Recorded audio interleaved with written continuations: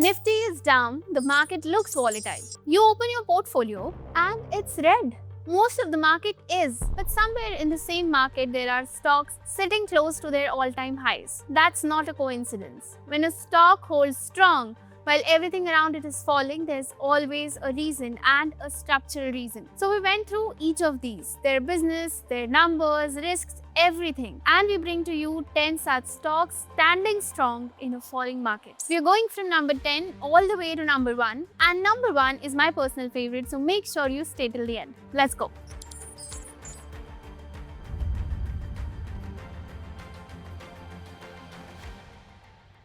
Stock number 10 on our list is Power Grid Corporation of India, or PGCIL. Now think about this for a second.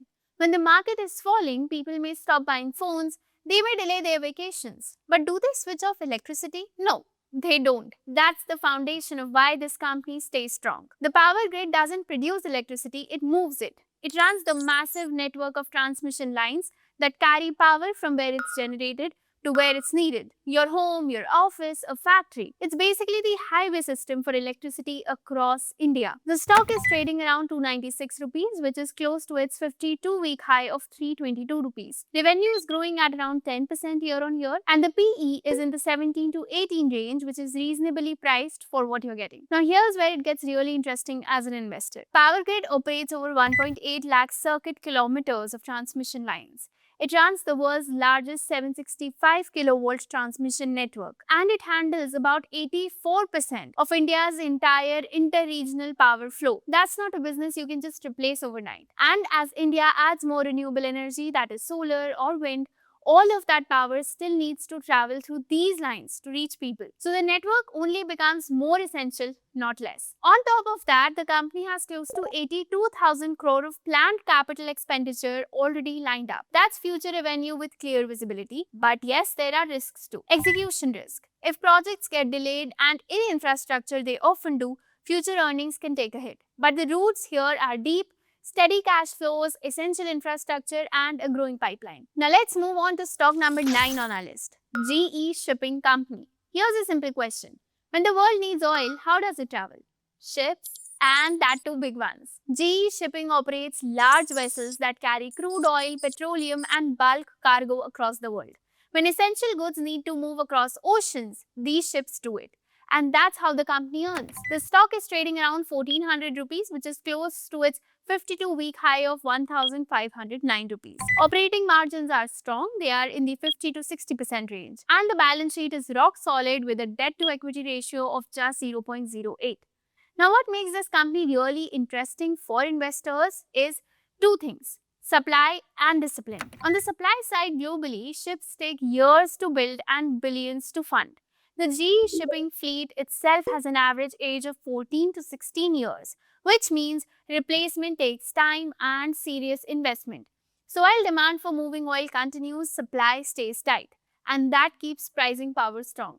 Now, on the discipline side, rather than expanding aggressively at the peak of the cycle, GE Shipping has done something rare. It went from having net debt to having over $500 million in net cash. Let that sink in. $500 million in cash. Recently, tanker markets have stayed strong, freight rates are holding, and the company is paying consistent dividends, all while sitting on that cash cushion. But yes, there are risks. The offshore segment of their business is exposed to falling charter rates, which can hurt profitability. Okay, moving on to the next one, stock number 8 on our list, which is Coal India. Simple business, simple story, powerful position. Coal India produces coal and supplies it to power plants across the country. And those power plants run a massive portion of India's electricity. It fuels the electricity that keeps homes, industries, and cities running every day. The stock is trading at around 450 rupees, close to its 52-week high of 476 rupees. Revenue has seen a slight dip recently and profits have moderated a bit. But operating margins are still near 30% and the debt to equity ratio is just 0.13. Solid fundamentals. Now I know what some of you are thinking, but isn't coal dying? What about renewables? But here's the reality today. India still depends heavily on coal for its base load power. Renewable energy is growing, yes, but it's not yet reliable enough to handle the 24/7 demand that a country like India needs. Solar works in the day, wind depends on the weather, but coal works all the time.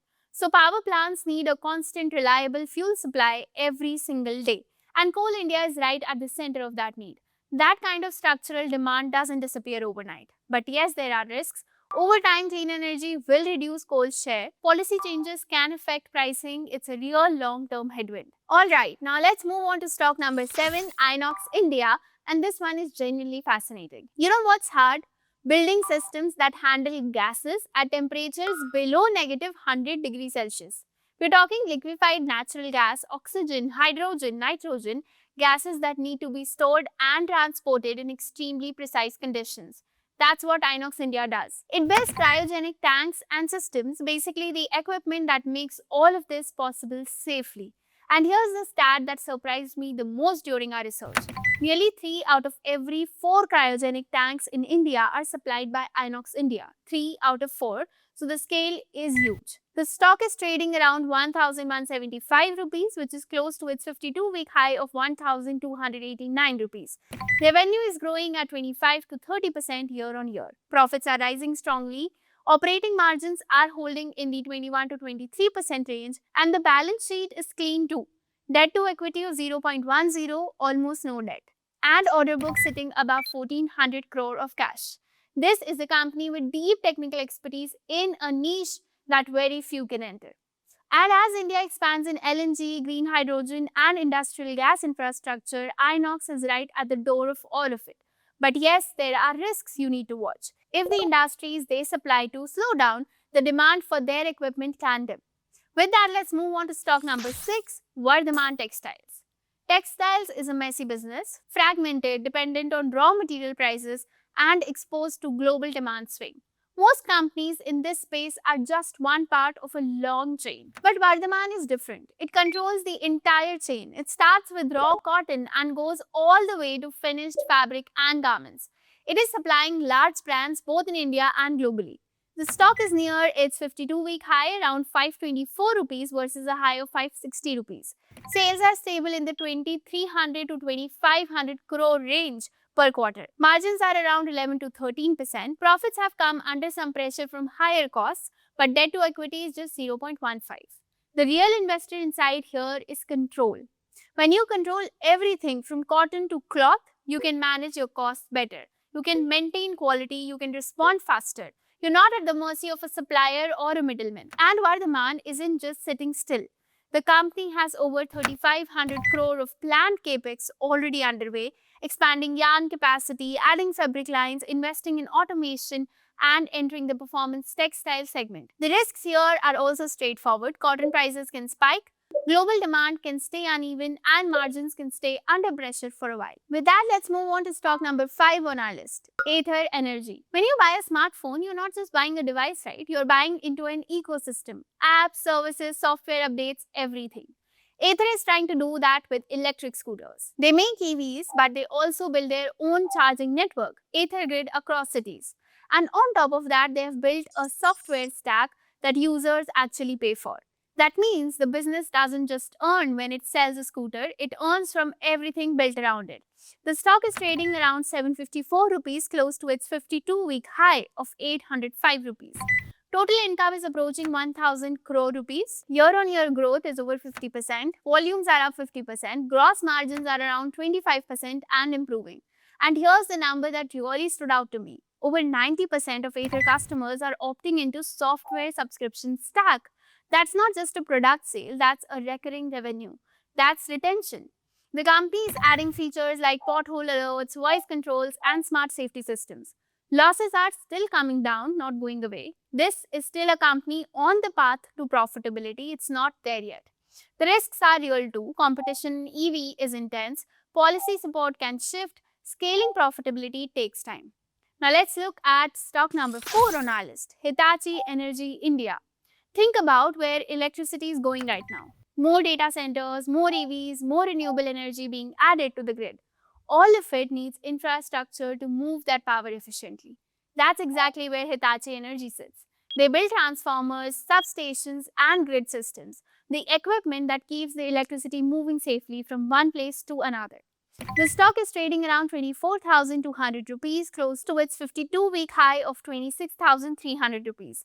Revenue growth is at 25 to 30% year on year. Profits have grown nearly 90%, almost doubling.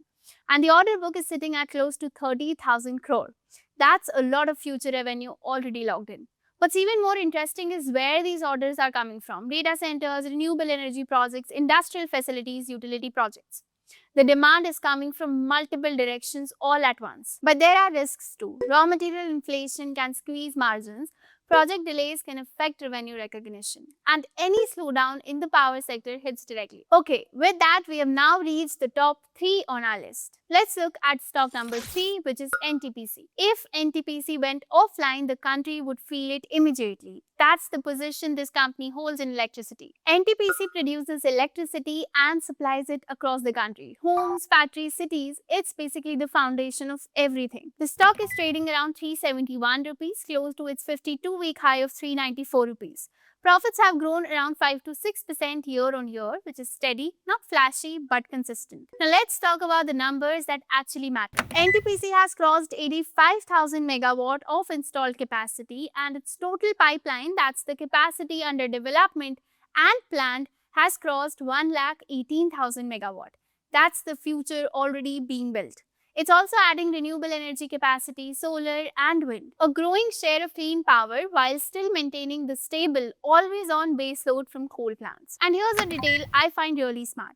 NTPC has been allocated around 5,000 megawatt per hour of battery storage capacity. That's the ability to store power and deploy it during peak demand. That makes the entire system more efficient.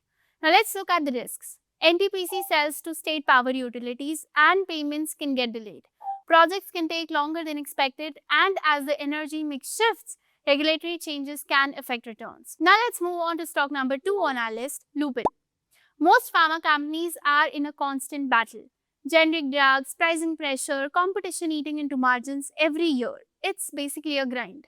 Lupin, on the other hand, has found a way to not play that game, or at least to play a smarter version of it.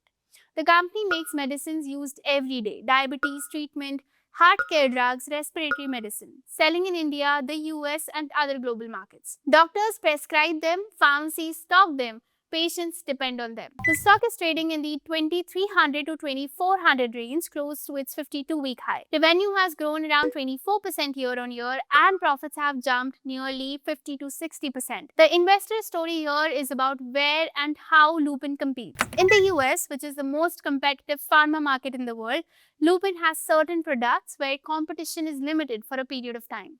That gives it better pricing and much stronger margins than most generics. At the same time, the company is moving into complex medicines, which is injectables, biosimilars, specialty drugs. These are harder to make, harder to get approved, and harder to copy.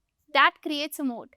And the pipeline looks strong too. They are building towards future opportunities in obesity and diabetes treatment, which are massive, fast-growing global markets. But there are risks to watch. Competition can arrive in key products and compress margins quickly. Regulatory approvals can delay growth plans. And dependence on a handful of big products always creates some vulnerability. And now, we are at the end of the list with stock number 1, CCL Products. I want you to think about the coffee you drank this morning, or the instant coffee in your office pantry, or the sachets on hotel room tables. There's a good chance the coffee inside was made by this company. CCL Products is the world's largest instant coffee manufacturer. But here's the brilliant part. It doesn't just sell its own brand, it manufactures coffee for global companies that then sell it under their own names. That makes CCL the company behind many of the brands that people consume every day without ever knowing it exists, and is also building its own branded business in India. The stock is trading close to its 52-week high. Revenue has grown 35 to 40% year on year. Profits have increased nearly 55 to 60%, and the company is actively reducing debt, which strengthens its overall financial position. Now, here's the business model detail I found interesting. CCL works on long-term contracts, and it follows a cost plus pricing system. That means even if coffee bean prices go up or down dramatically, the company's margins stay stable. The input cost is basically passed through to the client, so the business is protected from the biggest volatility risk in its own industry. At the same time, demand for instant coffee is growing, especially in emerging markets across Asia, Africa, and Latin America. That's a long runway. And add to that expanding capacity, a growing branded business in India, improving margins, and reducing debt. But yes, there are risks. Margins did see a small dip recently due to higher operating costs. And we should keep watching the next few quarters to confirm the growth story is holding up. Alright, now let's bring all of this together.